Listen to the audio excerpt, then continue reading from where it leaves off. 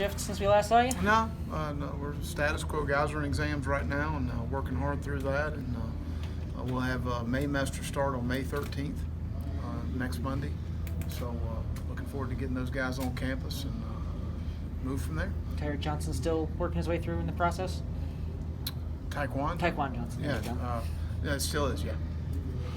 Well, what's your schedule like for the next month as the guys get around, like for recruiting? I suppose you want to take some vacation time, that kind of thing. Well, we have, through the month of May, our coaches are all on the road recruiting so during the spring evaluation period. So I'm in the office with Matt Lindsay and evaluating guys that they're calling in on, shifting our board, constantly working through that. We're doing some opponent study right now as far as some of those things are concerned, just to have some notes ready from the guys get off the road. So I spend my days doing that, and also the Gamecock clubs. I've got a bunch of these that I got to speak at. So, but we enjoy seeing our crowd and our fan base is as well passionate fan base as anybody in the country. So, really enjoy getting out and seeing them. So I have busy days as far as that's concerned, making some appearances here and there. Then our guys will get off the road at the end of May, and we'll reset our board, and then we start our camp series. And you have 10 different camps. We spread them out a little bit more this year than we have before to really work through 3 weeks instead of 2 weeks. But we'll get a great return there, and that's a huge evaluation part for us to be able to get the guys and evaluate them and coach them and kind of see how that process works. And the last of June, we'll have a couple days off in the first couple weeks of July, and then we're back cranking it up. I think we're back in Birmingham this year for July SEC 14th, Media Days. So it'll be right around the corner. But we get a little downtime at the end of June and 1st of July, and then we get back in the office in June, and we immediately start game planning on our first 3, which we've already done. But we kind of go back through some different things and get ready for fall camp as far as our installation process is concerned. Speaking of media days, I think you're on the third to last day instead of the last day this year. Yeah, That's something you requested. Moved me up, I guess. I get in the hierarchy there, so that's good. Since we're in Sumter, Tyreek Johnson, what is sort of his progress back from the injury, and what kind of player do you think he can be for you guys? Well, we were really excited about him. Unfortunately, in a non-contact situation with the ACL, but he's rehabbed extremely well off of it. He's got his weight back up. He's about up to 260, 265, 270 range. But we were really excited about him. He's a heavy-handed guy. He can hold the point. Very athletic. A guy that we're really excited about. He's taking defensive tackle. Mm-hmm. Yep. There was a national article that came out today ranking quarterback rooms for now and in the future, and yours was among the best in the country. I know you can't talk about your commitment specifically, but when you look at what you have this year and going forward, even into the recruiting class, how good do you feel about that position, especially relative to where you came in? Absolutely. We've changed the room and feel really good about the future at that position at the University of South Carolina. There's no doubt about it. Feel really comfortable, obviously, to carry on from year 1 to year 2. Really improved. Really like some things he's bringing to the table for us. Ryan had a really good spring. And Jay Urick's a guy athletically is going to do some other things for us, but it's a guy we've got confidence in the quarterback room. But we feel good about our future there. There's no doubt about it. What kind of an impact do you think Jequez Searles could make in his first year on campus? Well, again, it's always hard to project when a young man hasn't been on your campus as far as practice and those things are concerned. We think he's got a tremendous upside. Again, a heavy-handed guy. He can anchor.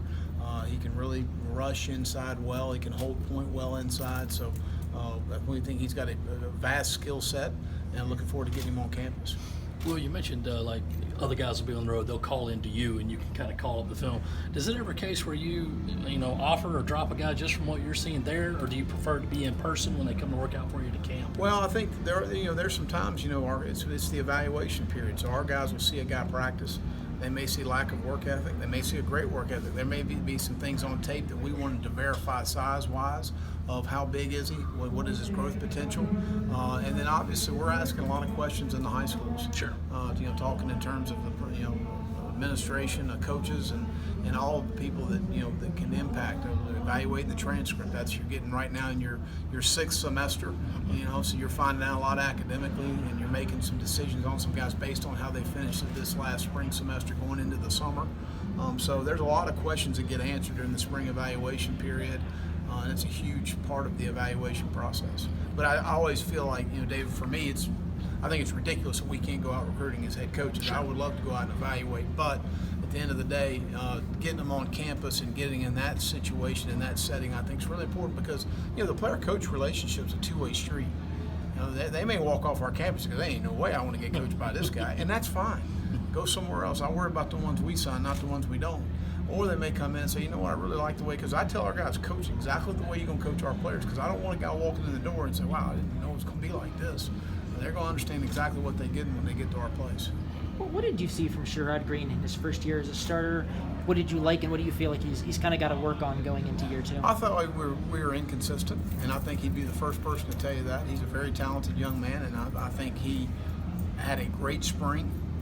And he just got to continue to be. That's a hard player with all young players. Mm-hmm. Young players have a hard time day in, day out. The grind that you go through, the strain that you have to go through in order to be a really, really good football player. And all young players struggle with that, some more than others. But I think that there were some really bright spots, and I think there were some places that we certainly could have improved and gotten better. And I saw a lot of improvement this spring, so I'm excited about him in training camp. We're looking at Rico Dowdle. Just how frustrating has it been for him to not be able to stay healthy through his first 3 years? Well, he's had legitimate injuries too. I mean, Yeah. it's nothing that's been questioning if he's hurt. I mean, he had the groin in the bowl game. He was at the ankle the year before. I mean, he's had legitimate injuries, and that is frustrating. And as much time and effort these young people put into playing a game that they love, playing a game that they hope they have a future in, and all of a sudden they continue to get a setback.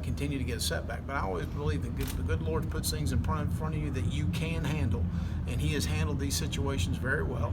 And I think that I'm looking forward to seeing him play his senior year. Will there be anything in practice or camp to where you'll try to scale him back a little, or will he go? Absolutely not. No, we can't scale back. We got to keep pressing forward. Last year, you kind of challenged Rico about this time last year, wanting him to be healthier. What did you say to him this offseason going into it?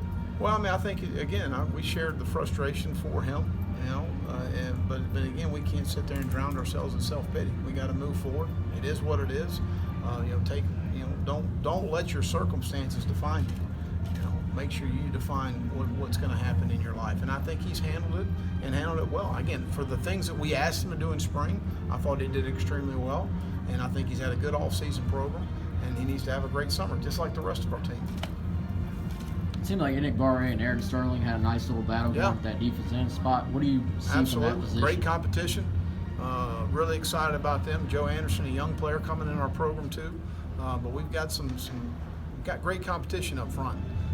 It's finally to have the kind of competition you got to have a good SEC defensive line. When you talk in terms of the 3 seniors, Kobe Smith, Javon Kinlaw, and Kiera Thomas. I mean, that's 3. You got Ricky Sanders coming along. Jabari Ellis had a really good spring. When we get Tyreek back off an injury. You got JJ and Aaron at the end position. Joe Anderson, the young player. Kiera's a guy that can always slide outside and play in if we need be. You got Dennis Warren, you got Danny Fennell, you got Brad Johnson. So now you're talking in terms of guys that have played quality snaps in big-time environments to be able to handle the moment. We're not relying on a true freshman to come in and play 3 technique against Georgia in the second game of the year. I mean, that's what we had to do last year. And JJ at probably 260 at times, and Ricky, so again, we asked those guys to do some very difficult things. And I kept telling our staff, and I even kept telling the young men, and it's frustrating right now, but we're going to benefit from this in the long run. But unfortunately, we had to go through a rough road there. It seemed like last year you guys were pulling some of those bigger defensive ends inside. You move JJ back out. What kind of accounts for maybe leaving some of those bigger guys back out there? Well, we had more depth on the perimeter than we did inside. Mm-hmm. And JJ's got really good instincts on blocks. He really feels blocks well. He understands schemes, and when he's getting pressure to play to pressure points. So that was not an issue. He was a very effective player for us inside, and he will rush inside for us this coming fall. What do you think the biggest influence John Scott has had on the defensive line in his time here?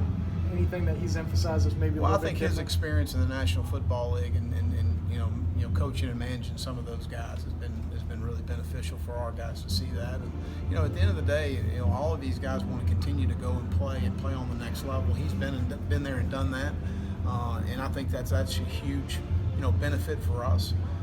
But his expertise on playing 3-4 and 4-3 and being with some of the guys that he was with in the National Football League is very similar schematically to a lot of the things we do. So he's added a lot to us.